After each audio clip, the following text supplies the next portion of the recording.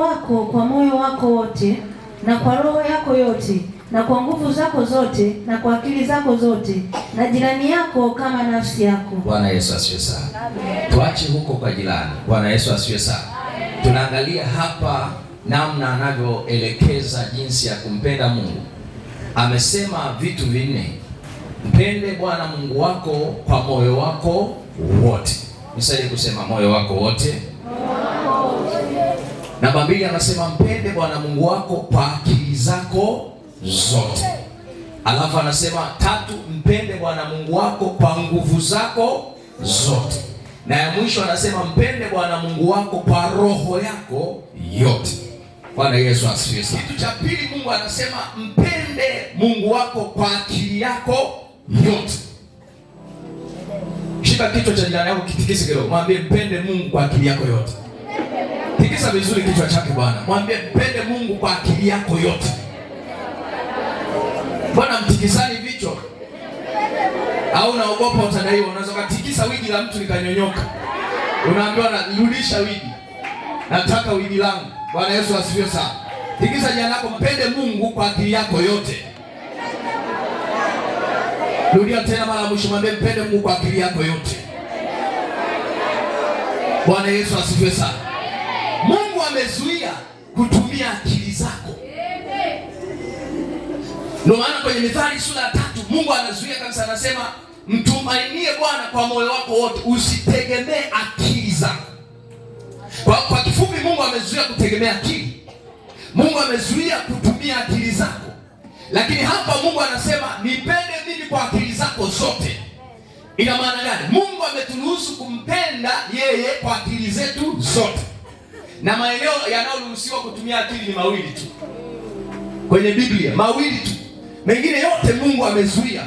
Kwenye biashara Mungu amezuia, kwenye kazi Mungu amezuia, lakini Mungu anaruhusu kwenye sehemu mbili tu. Sehemu ya kwanza amesema mpende Bwana Mungu wako kwa akili zako zote. Kwa cha kwanza ni Mungu, akili yako yote iwe kwa nani? Kwa Mungu. Na cha pili Mungu ameruhusu akasema wanawake wake zetu tuishi nao kwa akili. Maana yake sehemu mbili tu akili inahitajika. Bwana Yesu asifiwe sana. Bwana Yesu asifiwe sana. Ni sehemu mbili tu akili tunatumia. Huko kwingine unapoteza ubongo bure. Lakini akili kwa mke, akili kwa nani? Kwa Mungu. Nani anaelewa kidogo aseme amen? Nani anaelewa kidogo aseme amen? Nani anaelewa kidogo aseme amen? Akili kwa Mungu maana yake ni wewe mwenyewe kupata ufahamu kwamba I was created by his own image. Mimi ni sura na mfano wake. Maana yake yale yaliyo mabaya unaanza kuyaepuka. Kwa sababu hatua ya kwanza ni moyo. Na Daudi anasema nimeliweka neno lako moyoni mwangu ili nisikutende dhambi. Kwa kama Daudi amejua hilo, kama kweli wewe unampenda Mungu kwa moyo wako wote, kwa hatua ya pili itakuwa ni akili yako yote. Kwa akili itakwambia kwamba hili ni baya, hili ni zuri, hili ni jema, ili fanya, ili usifanye. Akili itaanza kutumika jinsi ya kumtumikia Mungu. Unajua ukikuta mtu muda wa ibada, yeye yuko nyumbani ametulia. Mtu huyu tunasema ni kweli anaweza kanampenda Mungu, lakini hana akili. Amina. Bwana Yesu asifiwe sana. Anaweza kanampenda Mungu lakini hana akili. Ndio maana Yesu akasema watu hao wananipenda kwa midomo yao, lakini mioyo yao iko mbali na mimi. Wanaweza wakaongea kusema sisi na Yesu tumetoka naye mbali, ametuokoa, ametutendea, lakini mioyo yao iko mbali. Mtu ambaye ana moyo wa kumpenda Mungu hawezi kosa kwa ibada. Mtu anayempenda Mungu hawezi kuona ugumu kufanya kazi ya Mungu. Maana mtu huyu moyo wake upo kwa Mungu. Na mtu yeyote ajisikiaye akili yake katumike kwa Bwana kwa jina la Yesu aliye hai. Nani ananielewa sema amen amen? Nani ananielewa sema amen amen? Unaweza kutumia akili nyingi kwenye maisha, lakini kwa Mungu hujatumia akili. Tumia akili kwa Mungu. Nani anaamini kidogo sema amen? Alafu kitu cha pili ni mwanamke. Mwanamke anatakiwa utumie akili. Na atakutofautishia. Ndio maana kuna mahali tunamjua mtu mmoja anaitwa Samsoni. Samsoni alikuwa na nguvu. Maana hizo zote zimetajwa, mpende Bwana Mungu wako kwa nguvu zako zote. Lakini kwenye nguvu sijafika, sema amen amen.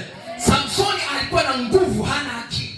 Ndio maana alikuwa anaongea, mwanamke anambia baby, nipe siri ya nywele zako. Anajikuta na akili mwenyewe. Mimi ukinifunga tu kwa kamba zenye ambazo ni mbichi, nguvu zinaondoka. Ninajikuta nina akili. Mwenzia alipokuja kujua kama ni nywele zilipoondoka, akajigundua mimi sina akili. Kwa hiyo kilichobakia ni nguvu tu. Ndio maana alimwomba Mungu, nikumbuke mara hii moja tu. Nataka nizionyeshe nguvu nilizo nazo. Nani ananielewa sema amen? Nani ananielewa sema amen? Kwa Samsoni alikuwa na nguvu, hana akili. Angeishi vizuri na Delila, hayo singetokea. Angetumia akili. Angetumia nini? Akili. Kuna majira, angalia vizuri. Unampenda Mungu kwa moyo wako wote. Kuna mtu anaitwa Musa. Ili kuna mtu hapa anampenda Mungu kama Musa. Musa alimpenda Mungu kiasi kwamba aliomba maombi akamwambia Mungu, kama uso wako hautatuchukua hapa, mimi na wenzangu hatutoki. Kwa lugha rahisi, Musa alimfanyia mgomo Mungu, akamwambia hapa siondoki mpaka wewe mwenyewe uondoke na mimi. Sema amen, amen. Na kweli kafika kipindi Musa anaanza kuondoka. Na uso wa Mungu uko pale kama wingu, uko pale kama nguzo ya moto, anatembea nao. Lakini kafika kipindi anaingia mji mmoja unaitwa Yeriko. Biblia inasema hivi, Musa akaamua kutuma wapelelezi. Anawaambia sasa nendeni mkaipeleleze Yeriko. Kwa wanaondoka wapelelezi, wanataka waende wakaangalie Yeriko jinsi ilivyo. Sasa ukitaka kujua kama mtu aliyemwambia Mungu hatuwezi kuondoka bila uso wako, alikuwa na uwezo wa kutuma uwezo wa Roho Mtakatifu uende upeleleze mji ule. Lakini uwezo wa Roho Mtakatifu haukwenda, ilitakiwa itumike akili ya kawaida. Sema amen. Wanaingia wapelelezi wenye akili ya kawaida. Wanaingia kwenye mji, wanaanza kukagua mji. Wakakutana na mwanamke mmoja. Mwanamke mmoja akamwambia, sasa huko nje kuna watu wanawatafuta, nyinyi ingieni kwenye dari. Wale wapelelezi ukumbuka walikuwa ni watu ambao ni majemedari ya vita. Ila kwa sababu maeneo mawili yameruhusiwa kutumia akili, ni mwanamke. Walipomwona mwanamke wakasema, hapa hatutakiwi kuinua mbavu wala nini, hapa sio upanga, hapa ni kuingia kwenye dari. Amen. Biblia inasema wakaingia kwenye dari, wakafichwa na mwanamke. Ni kwa sababu gani? Wangesema tunakataa kuingia kwenye dari, si tunaondoka, wangeangamia. Lakini kwa sababu wamemtumia mtu aliyeruhusiwa kutumia akili juu yao, wakahifadhiwa, wakawa salama. Na saa ilipofika, hata yule mwanamke na familia yake wakawekwa kwa salama kwa sababu ya akili iliyoruhusiwa kutumika.